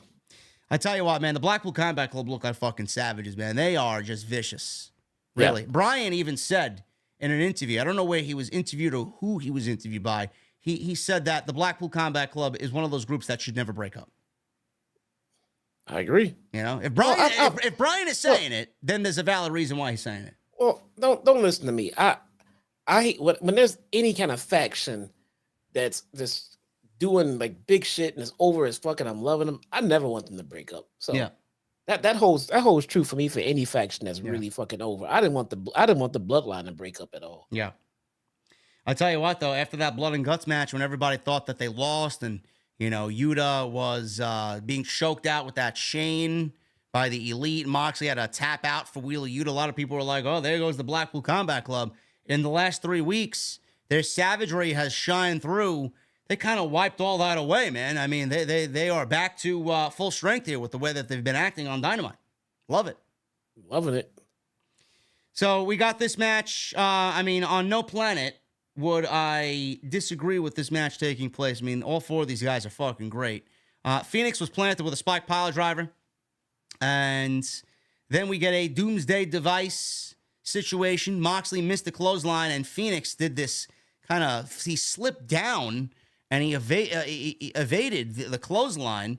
And after Moxley missed, Phoenix hit a roll-up, double stomp on Castagnoli. Penta ran wild off of a hot tag. Cazadora facebuster. Moxley and a backstabber on Castagnoli. Phoenix made the tag back in. Match broke down before Moxley laid out Penta with a cutter. Phoenix kipped up, and he kipped up right into a huge super kick. All four men were down. Phoenix and Claudio had a strike battle in the middle of the ring. That led to a comeback spin kick from Phoenix. Penta left off the top. He was hit with an uppercut midair by Claudio. So now we got Penta and Moxley. They're chopping it out, going off on each other, back and forth. And then Moxley was planted with a double team stalling pile driver, which was kind of botched. And Moxley looked like he landed quite nasty on his head there. So they were going right for it again. Yuta grabbed Phoenix on the top rope as they were going to do it again. And Abrahantes came over. He grabbed Yuta, and they started brawling in the on the outside. So Penta is in the ring. Phoenix takes out both of these guys on the outside, or takes out Yuta rather, and he lands awkwardly on his knee off of moonsault. So after Yuta and Alex Abrahantes were battling it out on the outside and shoving each other, Phoenix wanted to save Abrahantes. He comes off the top rope, Jesse, and my God, he immediately clenched his knee. And I'm like, here we go. This guy's fucking injured again. Didn't he just come back from a fucking knee injury? Yep. I mean, why? Well, was it a knee, or was the arm the last one? I have no idea. I lost count. Yeah. Seems like Ray Phoenix is he's injured every fucking 2 months or so. This guy just can't catch a break, man. He did get back into the match. He did get back into the match. He clenched his knee. We didn't see him until the bell rang. So he was clenching at his knee after the moonsault. Penta wanted Fear Factor. Claudio ripped his mask off, which allowed Moxley to get a roll-up and hook the tights for the win. Post-match, the Blackpool Combat Club kept attacking. Claudio was wearing Penta's mask, which was great. And Phoenix got in there, so hopefully he was okay to go, and we don't have any news on a serious injury there. Moxley screamed that zero respect is what happens when you deal with them. Great. Don't know what we're doing at the pay-per-view, but it looks like we may be getting, I don't know, man. Are we getting Best Friends, or are we getting Death Triangle at the pay-per-view? There is no Death Triangle. Well, somebody's got to. Maybe. Listen, maybe it's Claudio and Moxley and Yuta versus Penta, Phoenix, if he's all right, hopefully, God willing, and Eddie Kingston, bro. Does that work? That would work. That would work because Penta is his best friend. Yes, that would definitely work. I just hope Phoenix is alive. Me too. So without Pac there, it could still work with Eddie Kingston. And Moxley and Eddie Kingston have had a little back and forth. Claudio, obviously, with Eddie Kingston, you know, their problems. So I think that could work. I think that's where we're going for Olin. I could see that. Yeah. Good stuff here. Kenny Omega was backstage. He was walking with Alex Marvez, not Alex Abrahantes. Alex Marvez, who came up and wanted to talk about the Young Bucks challenging FTR All In. Omega said next week he's sitting down with Jim Ross to discuss his future, Don Callis, Konosuke Takeshita, and his plans for All In. Marvez wanted a scoop. He didn't get it. Goodbye, Marvez. Nobody wants to give you anything. Poor Marvez. Marvez got blackballed. The Mogul Embassy. We got Swerve. He's out there with all of his boys. And Prince Nana's out there with them. Nana told the fans to shut up. Swerve talked about what they did to Nick Wayne last week. He said the embassy is above the law and no one can do anything about it. So AR Fox called Darby to the ring. Bring your ass out here. And we have Darby out there, comes out to no music. So Darby's out there. Before we get into that, Jesse, Swerve said that, what did he say in regards to what happened with Nick Wayne? That they rule the world or rule AEW? Or what did he say? That sounded very comical. He said that he told everybody that they were going to rule AEW, and they showed us how last week. And I'm just like, dude, you beat up the greenest of the greenest rookie in the company at home in his garage. I don't quite. I mean, look. Yeah, man, we're gonna rule AEW, pal. I think Swerve is doing some fantastic work right now, but slow down, down, Chief. You beat up Nick Wayne. Yeah. All right. Yeah. I wouldn't consider that running the company right now. I mean, Shida has been flexing more power than that. I mean, so just relax, bruh. Just chill. So Darby walked out. He told AR Fox to tell everyone the real story, the whole story. He says he tried to call him, but he'd never answer. He said he lived with him and his demons, and he tried to help him. He says he's got friends too. The lights went out. I don't know who you guys were expecting. Obviously, who you were expecting was the guy that we got. And Tony Schiavone played it up. Wait a minute. Hold the phone. Wait a minute. And then all of a sudden, we get Sting in the ring. He beat up Embassy with his baseball bat. Came down to him and Swerve. Sting put the baseball bat up against Swerve's chin when it was just him and Sting in the ring. And Sting pointed at the All In logo hanging above the rafters in the arena. Swerve bailed out to ringside, and we have what seemingly is a match now made for All In, Jesse. It's going to be Sting and Darby Allin versus AR Fox and Swerve Strickland, which it sounds fine to me. I think we kind of expected something like this, or a mixture of Darby and Nick Wayne, maybe versus Swerve and AR Fox. But, you know, Nick Wayne over Sting, I can't see Tony Khan using Nick Wayne over Sting. Maybe Nick Wayne will be involved, I'm sure, but I mean, sure. Sting at Wembley, bro, 80,000. I think this is going to be a fun match. Yeah, it should be a fantastic match. I could definitely see Nick Wayne. Oh, and by the way, I'm sorry, Jez, I don't want to cut you off. It's a coffin match. Oh, that's right. That's right. Yeah, it's a coffin match. Yeah. I could definitely see Nick Wayne showing up, you know, to help. I was kind of low key hoping we would get Keith Lee showing up to help Nick Wayne. Yeah. And reinsert himself into Swerve's business. But it's gonna be me like everyone else, just wondering what happened to Keith Lee for this one, man. I don't know. Maybe Keith Lee should go back to the wizarding world of Harry Potter, man, and maybe he could materialize and magic his way into this match somehow. No, it could be a number of things. Maybe Keith. We know Keith was dealing with a major medical issue not that long ago. Yeah. Maybe it has something to do with that. So, you know, let's just see. We know that TK is a big, you know, Keith Lee fan. So let's see.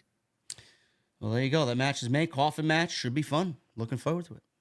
Yeah.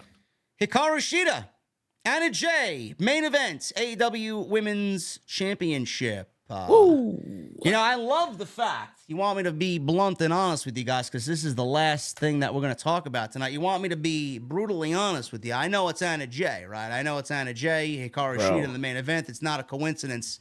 For a second week in a row that AEW put this women's match in the main event spot. Like, you know, it is Damage Control. I don't give a shit what the company or who wants to reach out to me and tell me whatever they need to tell me this week.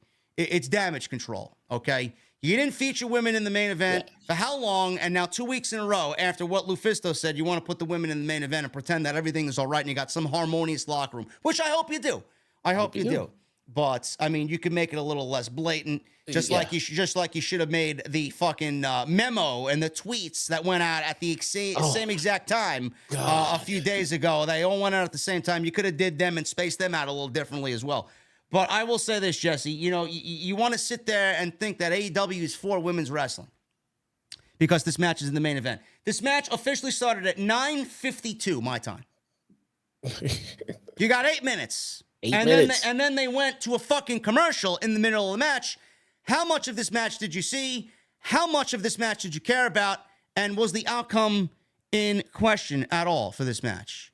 No, and no. But AEW wants to pretend like they are pushing women's wrestling because they want to push women's wrestling. So when you want to look at this and say, oh, yeah, AEW is trying to fix it. No, they're not. Just like WWE is not. They're not trying to fix it. I'm learning. You got to be careful who you talk about in pro wrestling. Remember when Anna Jay was as green as grass and I called her out on it? Like, she is very green. She's not that great. And she's still green. But wait a minute. But remember when I said that she was getting better and definitely improving and showing improvements, and I'm liking what I'm seeing? Yeah. There's some kind of Anna Jay super stan out there stalking my Twitter account that seems to only remember the time that I said that Anna Jay was very green and not very good. She completely ignored everything that I said about Anna Jay improving and getting better. That's false, because I could pinpoint exactly when you said Anna Jay was getting better, and I said Anna Jay was getting better, and it was the match against Jade Cargill that she had. I don't know when, but I remember. You know? Nope. Jade Cargill, of all women. I'm talking about the Lufisto situation. Not even that, bro. The Tay Conti match that they wrestled, two of them, didn't they? Didn't they wrestle a tag team match? Yep, it was fantastic. They went out there and got down and dirty, dude. They went out there. That was the match where Willow got a concussion. If I'm not mistaken. No, Bunny was out there against them. Yep, they beat the shit out of each other, and I sat there and said, like, dude, she is looking better. We've given Anna Jay some of her flowers, a couple of petals here and there. You know, but you know, the truth needs to come out. She's not where she needs to be. I think she knows that too. She's trying though, and she's doing what she needs to do. Fine, I respect that. No, she came out of the woodwork. I was talking about the Lufisto situation with somebody else, and again, this Anna Jay stan came busting out. Oh, don't listen to this guy. He talked bad about Anna Jay. I'm like, oh my God, this one again, dude. She came out green. She got better. I gave her props. And she didn't want to hear it. She only remembers that I hate. Wait a minute. You have Anna Jay stans attacking you? My God, man. Wow, I think it's just one. Join the club, man. I had Britt Baker stans attacking me. I had Alexa Bliss stans attacking me. I had Sasha Banks stans attacking me for whatever fucking reason. I'm the biggest Sasha fan there is, or Mercedes. Dude. You know, it's like, the fuck do you people want from me? Dude, I put out there, look, this Lufisto shit coming up after the Thunder Rosa shit coming up, and then the Big Swole shit coming up. All these complaints about the women's locker room would make someone wonder and think that maybe if something is going on back there. Dude, I got this AEW elitist that came out and said, no, those women are all lying, and you can't believe anything Lufisto says because... And just like the dumbest shit started spewing from this guy's fingers through fucking text. But I kept asking, so how many people need to say something before you think that maybe something needs to be changed? Nothing will ever be wrong out of the women's locker room. I don't care who says what. I'm just, okay, sorry. I'm fucking sorry. I mean, man, I'm convinced that I had some of the ladies in the AEW women locker room fucking tweeting at me from their burner accounts after that video went live. Jesus Christ. I won't be surprised. Like, why? I had one of them tell me go get a real job. I'm like, really? Yeah, I do have a real job. Everybody that sits at home now, man, working from their offices now is doing home remote work, and your kids. They aspire to be content creators instead of being a firefighter or a police officer or a fucking astronaut now. They really do. You know? And I saw that account. That guy created that account like last week. Yeah. I saw that. Yeah. July 2023 created. Yeah, great job there, Britt. Thank you. Oh, God. It was not Britt Baker. Stop. I'm only kidding. Though I wouldn't be surprised. Or somebody, Ruby, one of them in the locker room. Dude, I wholeheartedly believe. I mean, just side note, I wholeheartedly believe a lot of these fucking wrestlers have burner accounts that they just of course troll they us do. on. They just straight troll us on, dude. Of course they do. Listen, this match, not even worth that time. It went legitimately the amount of TV time that it got for us watching on TV, maybe 5 minutes, probably less than that. Anna Jay loses, as you would expect. Shida hit the knee right to the face, covers 1, 2, 3, and that was it. She's in the Fatal 4-Way now with Toni Storm. All we do is now wait for Saraya and Britt Baker to get in there and round out the field, and that was AEW Dynamite. But, I mean, it is kind of laughable that they put this match on in the main event. It absolutely should have been RVD and Jack Perry. I don't know who came up with the match order for this or what had happened and how this was decided on, but, you know, the fact that the women main evented 2 weeks in a row, come on, man. Like, we see what you're doing. We do. Like, if you want it, you know, if you want the division to be built properly and you want it to blossom, this is not the way to go about it. I'm sorry, it's not. It's just going to make people even more agitated, and they're going to see through your agenda, and they're going to see through how you're forcing it. That's just the way I see it. You want to do better? Then give them more time. You want to do better? Give them some legit storyline. We got a women's championship match with zero story, and we got this match in the main event with zero fucking story because you needed to put something on in the main event and decided on the ladies when it's got no heat. I'm sorry. Dude, the fact that the women main evented 2 weeks in a row, that gives like these elitists that I fucking talk to, that gives them something to hold on to. Yeah. Because I made a comeback to one of these guys. I say, well, look how the women's division in AEW's been booked. This guy came back, what? It's been booked fine. There's nothing wrong with it. Like, oh, okay. You're an idiot. Okay, all right, cool. I just want to make sure. All right. It's been booked fine. Yeah, sure it has. Just like the WWE women's division's booked fine, right? Well, that was another thing. I told this. He asked me, well, what do you think about the women being booked in WWE? I said, bro, honest with you, I don't know. I don't watch WWE.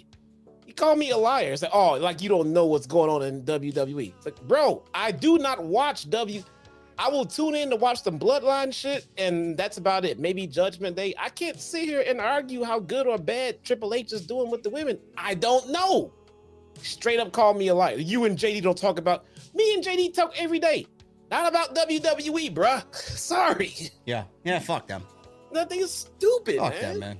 God. Anyway, guys, that's all we got for you. Solid Dynamite tonight. I like that we're finally getting some direction and some clarity into All In. A lot still needs to be done with the next 2 weeks. We got a long way to go, man. And then we'll be at Wembley. But I appreciate you joining me on this Wednesday night, man. Please hit that thumbs up. We got 533 likes with 1,800 people in here, man. It's inexcusable. It's unacceptable. I need 1,000 likes minimum, okay? Minimum. I want to address Henry Bryce real quick. Says he disagrees with that. He thinks that the women's or men's world title should always main event. Pay-per-views. I hear what you're saying, but pay-per-views. If you got a big pay-per-view, then yes, a title should be in the main event. But a TV show, it could be a segment. It don't have to be a title match. No, they don't. No, that's a ridiculous statement. Yeah, a ridiculous statement. No, they belong in the main event when they deserve to be in the main event, when they're given something substantial. Like I will tell you, when that is not anything that they're doing on TV now. Just like how I seen something from somebody on Twitter today saying that if Ronda Rousey wasn't in that WrestleMania 35 main event, the ladies wouldn't have main evented. Yes. Yeah, it's true. They wouldn't have main evented. Very true. And it shouldn't happen again until WWE gives a story to the ladies that is substantial. And I'm not talking about them winning the Royal Rumble because they've made that clear that winning the Royal Rumble does not guarantee you a legit last spot on the show main event of WrestleMania. Unless they give the women a solid storyline, I don't give a shit. It shouldn't main event. Sasha and Bianca main evented, but that was the first time in WWE history that two black females main evented WrestleMania. So that was the story in itself right there. So that deserved it. Other than that, I can't sit here and justify them ever main eventing. I can't. Yeah. That was big. Now, I don't think people really appreciate how big. How do you think women like Jacqueline and Awesome Kong felt to see these women go out there and do what they did? I think that was awesome, man. Yeah. You know, I agree that, you know, the ladies deserve better, but this is not the way to go about it. It's not. And WWE and AEW got a lot of work to do with their divisions, man. A lot of work. Please, guys, hit that thumbs up. Let's get these super chats rolling so we can get the hell out of here. I'm exhausted. Joseph Taylor with a $5 super chat. Two things. JD, your favorite underrated match from 2002. Really, Joseph? It's very specific. Like, really, Joseph? What do you think? I'm a fucking encyclopedia? JD, what is your favorite wrestling match from 2017 in the first quarter of that year? JD, what was your favorite thing that happened on July 3rd, 1976? Like, Joseph. Like, what? I don't know, Joseph. I don't know. Tell you what. All kidding aside, he doesn't remember. I don't either. If you want to really find out, go look through his videos and look for the year-end reviews and look for his top-rated matches of the year. Jesse, Speedball Mike Bailey versus Kushida on Impact tomorrow is going to be fantastic. I already saw it, bruh. So Jesse knows it's fantastic. I already know everything Speedball Mike Bailey does, I'm sure, is fucking great. Good shit, pal. Sinister Classic with a $5 super chat. Tony thinks he's slick, giving us 2 women's main event matches in 2 weeks. Do better. Also, how about Lionheart Jack Perry tonight? That's a good comparison. Lionheart Jack Perry. I use Shawn Michaels. Sinister Classic is using Lionheart, so I'm not really that off. Okay, yeah, no, but he did remind me of somebody. I could see I could see him being like a Y2J. Yeah. You know, somebody put it on Twitter. This is actually an anniversary of when Y2J debuted in WWE. I was there in that arena, man. Now, wait a minute. And Naft Gaming, why are you calling me Will Washington from NY206? What does that mean? Oh, God. What does that mean there, bro? Anyways. Moving on. Michelle with the $2 super chat. Is All In the end of Darby Swerve feud? I don't know. Maybe. Nothing is the end at All In because of All Out a week later. Well, Darby's wrestling Luchasaurus. At All Out. Is he? Okay. Yeah. All right. Tony Brown. My friends, JD and Jesse, what's up? And yes, I saw. Yes, I know you saw. I know what you saw. You saw it. We know what you saw. We know what you saw. Tom. Bad attitude and you know what. Yep. Tony Brown, thank you. Tom Boza with the 10 months. I appreciate you and Jesse for all your dedication and hard work you do for us. Being here is my stress relief and safe space. Thank you. Love you both. Thank you, Tom. I appreciate you, brother. 10 May says his cat died from a dog attack, bro. 10 May. I am fucking sorry to hear that, bro. Holy shit. Man, I'm sorry, man. What the hell?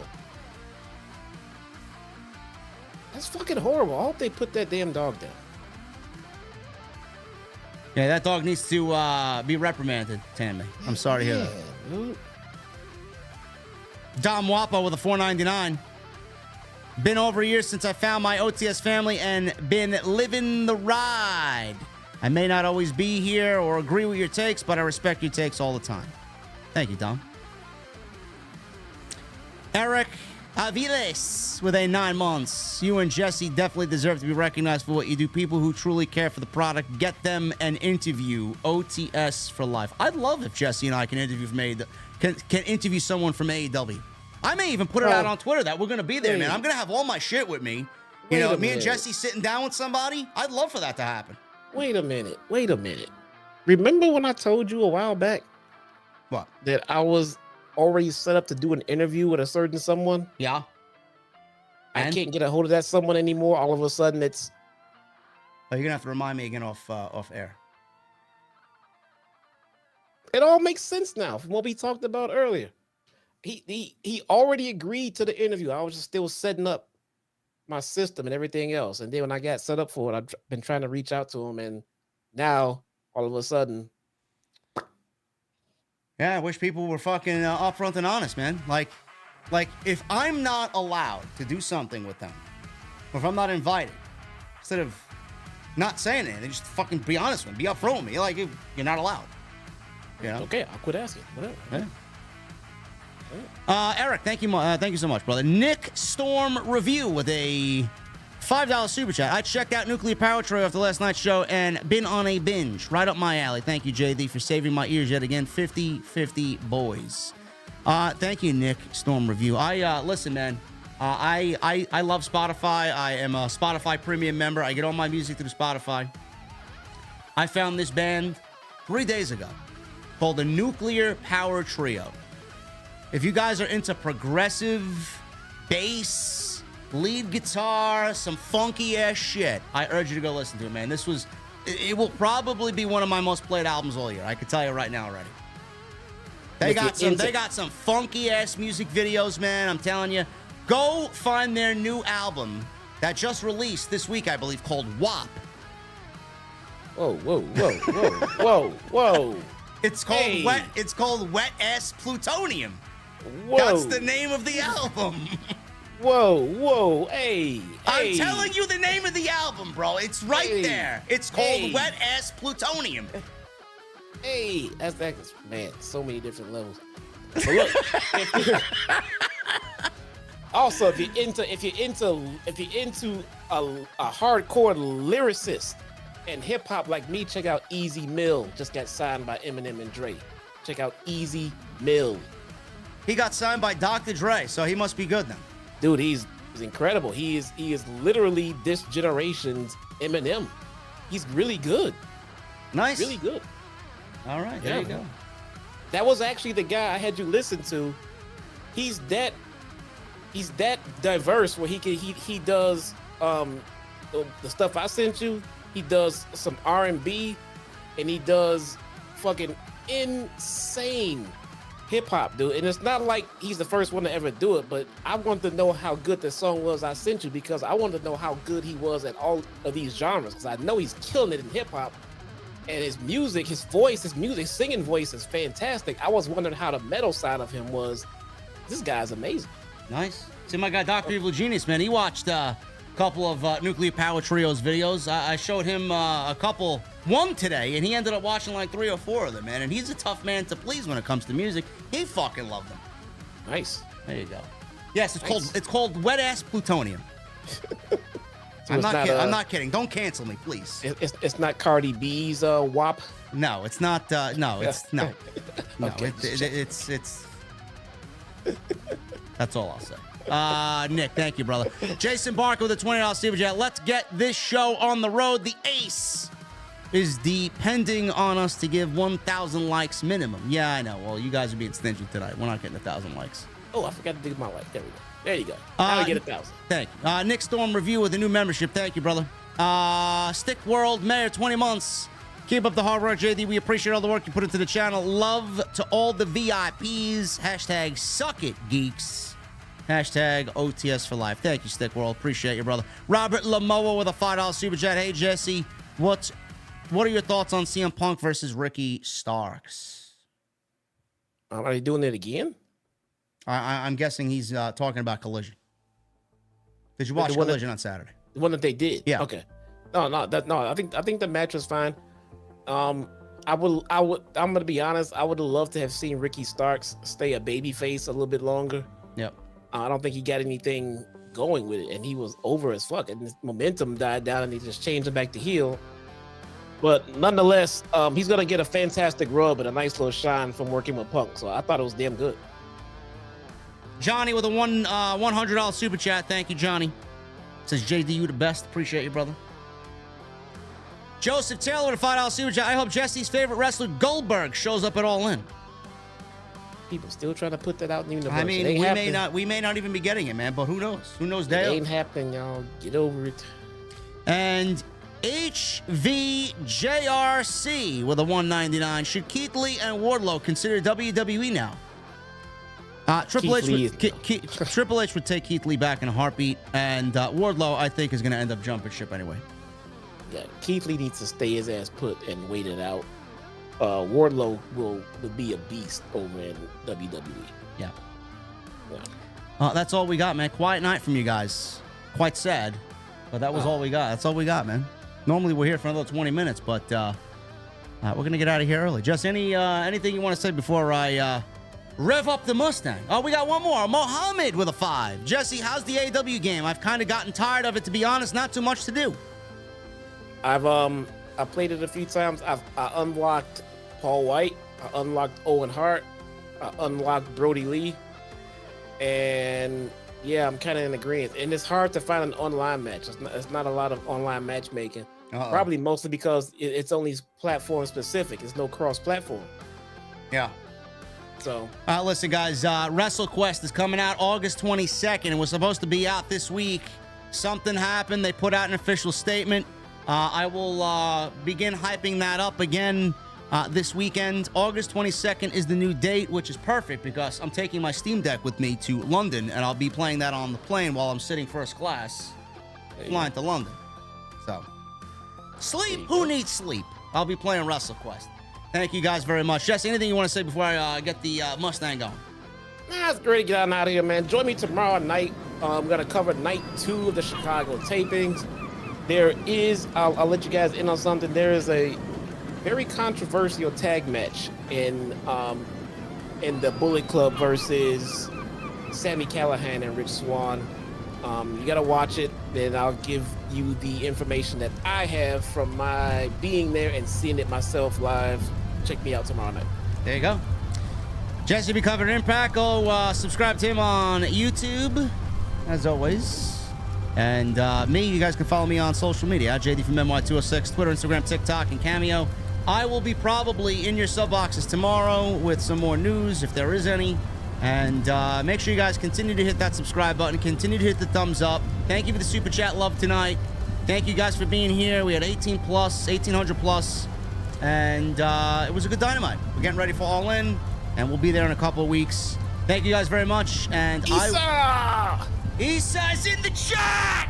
Issa! We love Issa! Oh, yeah. Issa's doing her thing, man. Very proud of Issa. Anyway, I'm going to leave you with some Andy James, guys. One of the best guitarists on the planet. I'll see you guys on Thursday with Extra and then Friday live for Friday Night SmackDown. See you guys later.